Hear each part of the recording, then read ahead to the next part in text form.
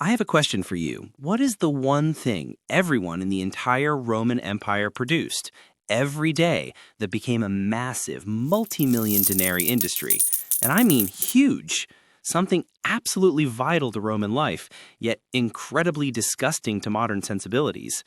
The answer is simple, shocking, and instantly unforgettable. They washed their clothes with pee. Yes, you heard me right.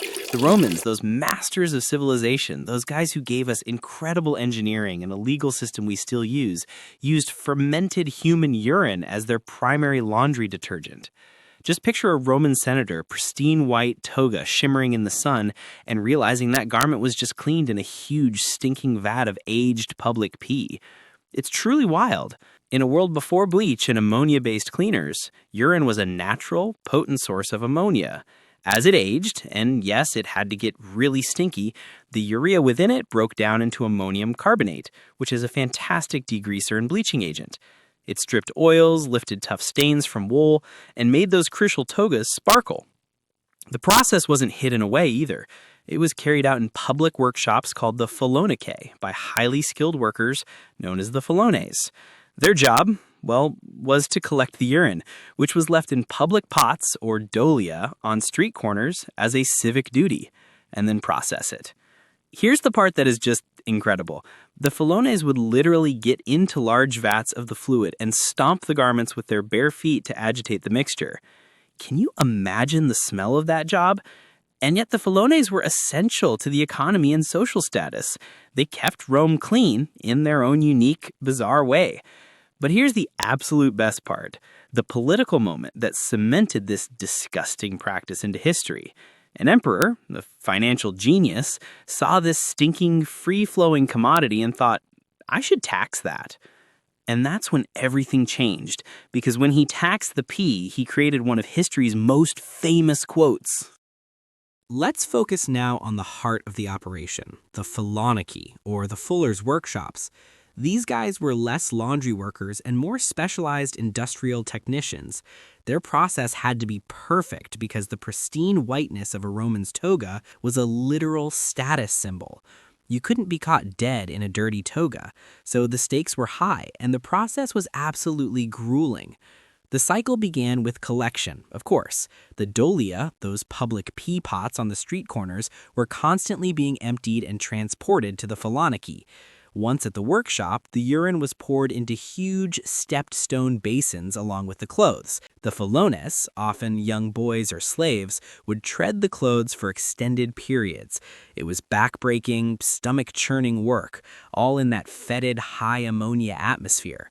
They were basically human washing machines, sacrificing their comfort for Roman hygiene. The Romans didn't have modern optical brighteners. Instead, they placed the garments over a wicker cage and burned sulfur underneath them. The sulfur dioxide gas that resulted acted as a powerful bleach, giving the cloth that desirable, almost blinding white color. The whole place must have reeked of stale urine, sweat, and sulfur. It's incredible how much sheer effort went into a piece of clothing that we throw in a washing machine today without a thought. Finally, they had to press the clothing. They used heavy screw presses, similar to those used for wine or olives, to remove creases. The fullones were a tight-knit guild, powerful enough to have political influence. But why was this waste product the subject of a massive imperial financial decree? Because of a man who needed money to build the biggest monument in Rome, and a son who thought the whole thing was deeply tacky. This is the political climax of our story, and it gave rise to one of the most famous Latin phrases in history. We're talking about Emperor Vespasian, who reigned from 69 to 79 AD. Vespasian was a financial hawk. When he took power, Rome was bankrupt, ravaged by civil war and the disastrous reign of Nero.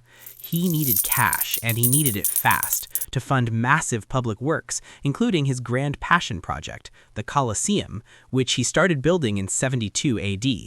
And then he looked at the Fullonicae. He looked at the vast, free supply of urine being collected, processed, and sold for profit.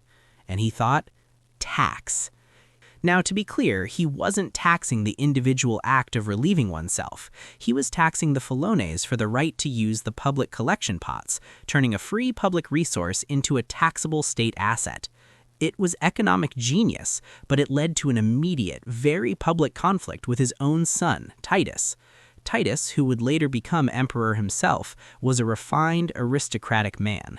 He was horrified by the vulgarity and the smell of the whole arrangement. He reportedly confronted his father, saying the tax was beneath the dignity of the imperial office. It was disgusting, vilous, and utterly base. This is the moment history records. Vespasian, ever the pragmatist, simply held up a gold coin, likely one of the first coins minted from the revenue of this very tax, and shoved it under his son's nose. "Does it smell?" he demanded. Titus was forced to admit the gold coin did not stink. That's when Vespasian dropped the mic with one of history's greatest retorts.